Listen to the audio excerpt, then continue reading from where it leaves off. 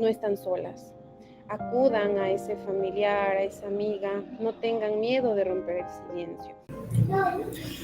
Buenas noches con todos y bienvenidos a este podcast sobre la violencia de género. Mi nombre es Brian Rosero Medina y en este episodio queremos profundizar en qué es la violencia de género, cómo identificar, cuáles son sus causas, sus efectos, sean estos emocionales y sociales, y sobre todo cómo podemos prevenir y acompañar a las personas que padecen de este tipo de violencia, porque hablar de violencia de género también es hablar sobre los derechos humanos, de la justicia y de la necesidad de construir una relación basada en el respeto y la igualdad. A continuación, vamos a realizar unas preguntas a nuestra psicóloga invitada. Bienvenida.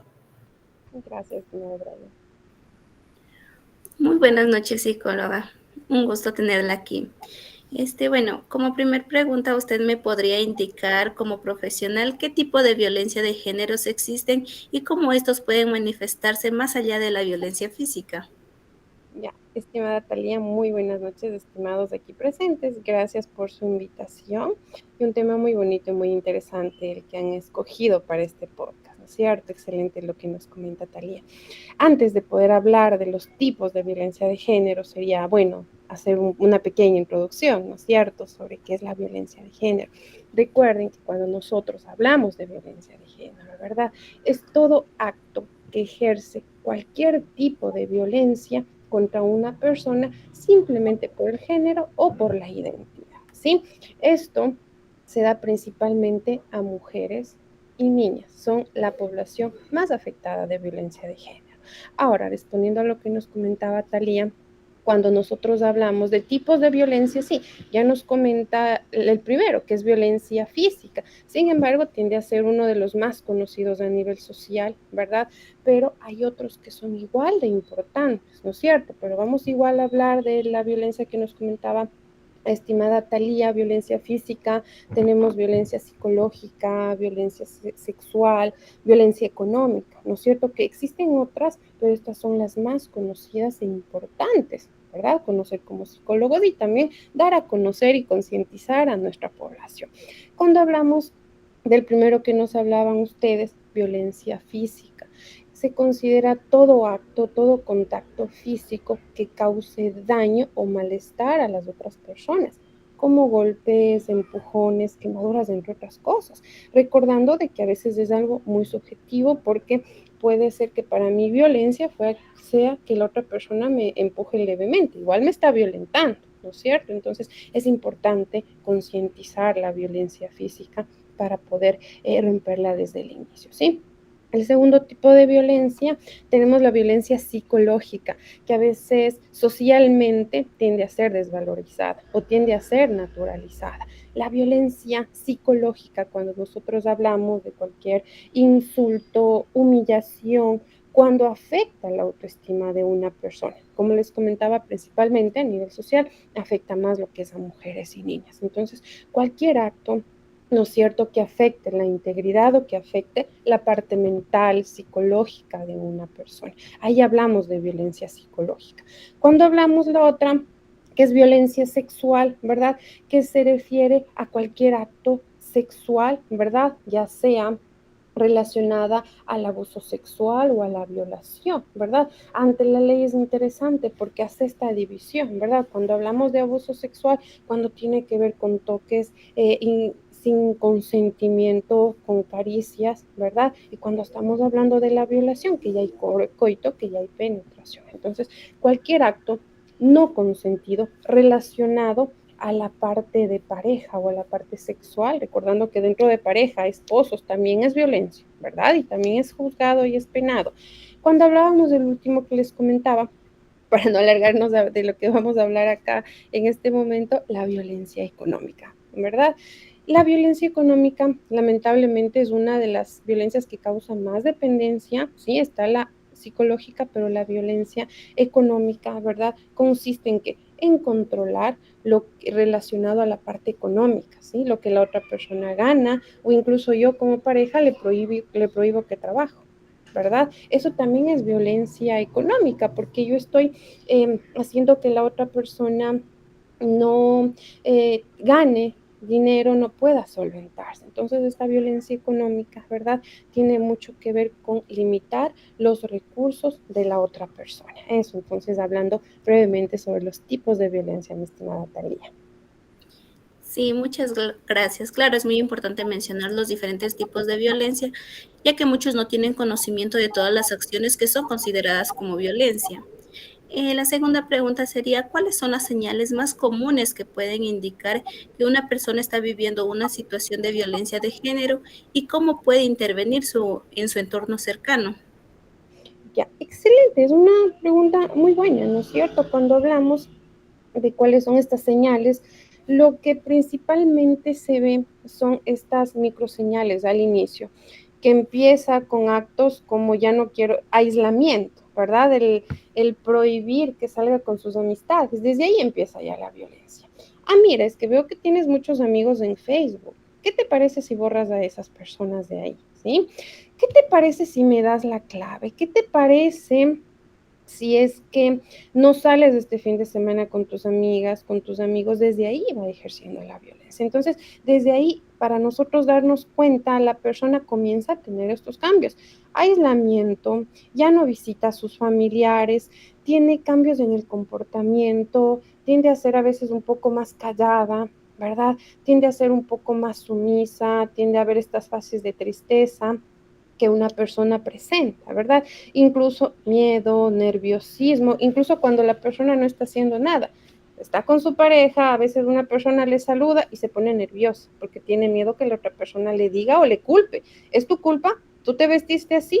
Por eso te dijo algo, por eso te regresó a ver. Entonces, desde ahí ya suele haber, ¿cierto? Estas son señales de violencia. Y algo que nos comentaba, o incluso también estas restricciones a la libertad que ya les íbamos comentando. Hoy no sales, ¿verdad? No, ¿por qué vas a salir? Aquí no te falta nada en la casa, entonces desde ahí se va dando. Y también relacionado a un punto muy importante, relacionado a la parte de golpes. Eso que a veces va a la excusa, ¿no es cierto? No es que me caía, no es que me pegué o no puedo salir porque estoy enferma. Desde ahí también son señales. Ahora, ¿cómo nosotros intervenir? Es algo interesante, creando redes de apoyo familiar, haciéndoles dar cuenta de que no están solas, ¿sí? El apoyo familiar, social, de amigos, de instituciones es muy importante. No culpabilizar a las personas, porque una persona violentada, sí, se siente culpable, porque la pareja le hace sentir culpable, ¿no es cierto? Entonces, a veces socialmente pasa que te dicen, es tu culpa porque te vistes así, es tu culpa a veces de la misma familia. Ah, es que es un golpe, yo vivía lo mismo en la niñez. Entonces a veces tienen a generalizar y a normalizar la violencia. Entonces, ofrecer información, hacer capacitación, incluso como ustedes están haciendo podcast de concientización, ¿no es cierto? Con tips para prevenir la violencia. Por ejemplo, otro temita que les invito a que pudieran realizar, tips para prevenir la violencia de género, tips para prevenir la violencia psicológica en parejas, en adolescentes y demás. Eso, estimada Talía. Ya, muchas gracias. A continuación va otra compañera a realizarse otras preguntas relacionadas al mismo tema. Perfecto. Muy buenas, estimada psicóloga. Me presento, soy María Pacheco. Bueno, yo también le voy a hacer un par de preguntas. La primera sería, usted como profesional, ¿nos podría decir qué tipos de barreras a veces enfrentan las víctimas para denunciar la violencia de género y cómo esto también pueden superar desde las instituciones y de la sociedad?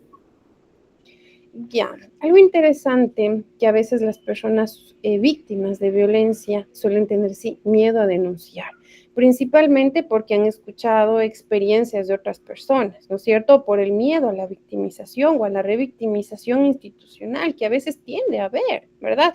De que, y a veces por eso es el principal miedo. O otro factor también es el miedo a las represalias de la pareja, ¿verdad? De que si yo voy denuncio, ¿verdad? Luego regreso al mismo sistema familiar y ¿qué creen que pasa? Entonces, es eso, ¿no es cierto? A veces la falta de apoyo, porque ¿qué sería lo aquí lo que se debería desarrollar, voy, denuncio y luego no regreso a mi sistema familiar, porque ahí está el agresor. Me voy donde mi familia, me voy donde una amiga, me voy donde hay apoyo, donde yo sé que no va a continuar la violencia. Entonces, muchas de las veces es el miedo, como les comentaba, a denunciar, a la revictimización o incluso la falta de la parte económica, ¿verdad? A veces hubo tanta violencia que yo ya no puedo valerme por mí misma. Una vez una persona me decía, ¿por qué me voy a separar? Yo no sé hacer nada, toda la vida he sido ama de casa, toda la vida he sido mamá, yo no sé hacer nada. Entonces, trabajar desde ahí, desde esa parte cognitiva también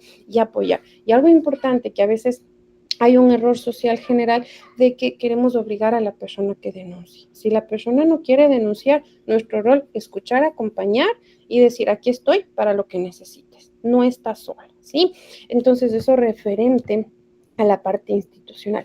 Y cada institución tiene sus propias normativas, sus propios reglamentos de que no todos los casos van a ser iguales, ¿sí?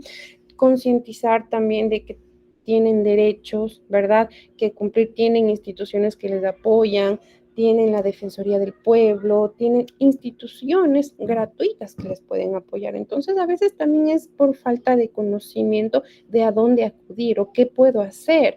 Y es importante el acompañar, el guiar. Eso, estimada María Fernanda.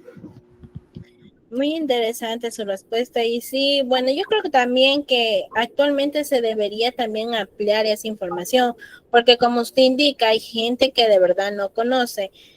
Yo creo que también debería hacerse más campañas en sectores que son vulnerables, compartiendo esa información, como usted dice, hay instituciones, hay lugares donde puede acudir y bueno, sí, también no obligar a la persona violentada porque a veces eso como que la hace reprimir más. He visto casos. ¿Qué pasa eso? Bueno, también le tengo otra preguntita. Bueno, el rol que juega la educación y la cultura en la perpetuación o erradicación de la violencia de género, o sea, ¿qué rol juegan estas dos partes, que es la educación y la cultura, para la Perfecto. erradicación? Perfecto, para erradicar la violencia, ¿no es cierto? Sí, la educación, la cultura es un papel importante, recordando que la educación viene desde nuestra primera escuela, que es nuestro sistema familiar. Desde ahí viene el prevenir la violencia, ¿no es cierto? Desde cuando nosotros estamos enseñando a nuestros hijos cuando son pequeñitos a respetar a la otra persona, a respetarse entre niños, ¿no es cierto? Entre hombres, entre mujeres. Desde ahí estamos, ¿verdad? Nosotros creando adultos confiables, adultos responsables y que no sean violentos, desde que son niños, ¿no es cierto? Incluso con el ejemplo, porque si el niño crece en un sistema familiar que, como digo, si es nuestra primera escuela, en un sistema familiar donde estoy viendo mamá y papá, papá golpea a mamá, estoy normalizando, entonces cuando yo sea grande voy a replicar eso, ¿no es cierto? Entonces desde ahí, ¿verdad? Enseñar valores desde el primer sistema familiar. Y de ahí también vienen, sí, la educación, las escuelas, las universidades, ¿verdad? También es importante, por más que parezca repetitivo y como decía María Fernanda, sí, promover campañas de concientización, ¿verdad? Hasta que se nos haga algo natural hablar de ese tema. Eso, estimada María Fernanda. Muchas gracias por sus respuestas. Bueno, a continuación, nuestro compañero va a dar un mensaje. Bueno, es importante mencionar que la violencia de género no es simplemente un problema individual, sino una problemática social que nos interpela a todos, a reconocerla, hablarla, actuar frente a ella.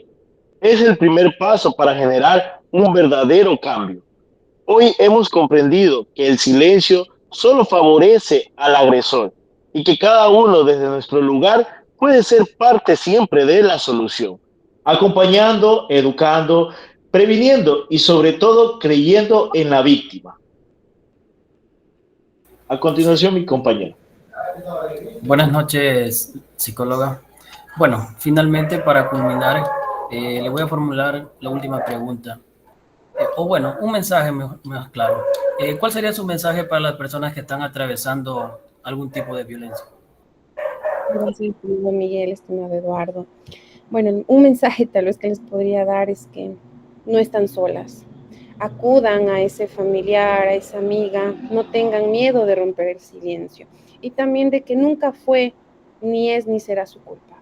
Jamás será su culpa el ser violentadas, el ser discriminadas. Acudan donde un profesional, donde un psicólogo experto, ¿verdad? Que les va a apoyar, que les va a acompañar. Rompan el silencio, no tengan miedo. Hay personas de buen corazón, todavía vemos muchos, ¿verdad? Acá que les van a ayudar. Así que rompan el silencio, no están solas, acudan a profesionales de la salud mental, psicólogos, como son ustedes en formación, que asumo serán unos excelentes profesionales y seres humanos. Muchas gracias, estimada. A continuación, el compañero también nos va a dar otro mensajito. Muchas gracias, psicóloga Janet Medina, por haber participado en este podcast. Y como podemos visualizar, la violencia de género no es normal ni debe ser tolerada. Hay que identificarla, hablar de ella y buscar ayuda. Puede salvar muchas vidas. Las personas tienen derecho a vivir libres de violencia, con dignidad y respeto. Gracias por acompañarnos en este episodio. Sigamos construyendo juntos una sociedad más justa, segura y libre de violencia. Gracias. Muchas gracias, Muchas psicóloga. Una gracias, excelente noche. Gracias, excelente noche a ustedes. Gracias. Gracias.